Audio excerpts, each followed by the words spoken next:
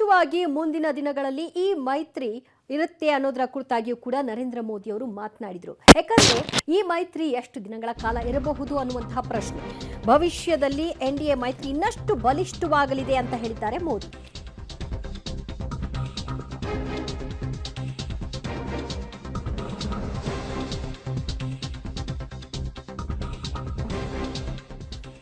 ಭವಿಷ್ಯದಲ್ಲಿ ಎನ್ಡಿಎ ಮೈತ್ರಿ ಇನ್ನಷ್ಟು ಬಲಿಷ್ಠವಾಗಲಿದೆ. ಕರ್ನಾಟಕ, ತಮಿಳುನಾಡು, ಕೇರಳ ಬಗ್ಗೆ ಮೋದಿ ಪ್ರಸ್ತಾಪವನ್ನ ಮಾಡಿ ಮಾತನಾಡಿದ್ದಾರೆ.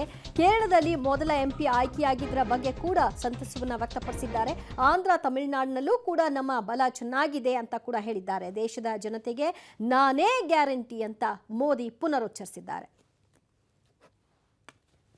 एनडीए ने एक नई राजनीति की नींव मजबूत की है.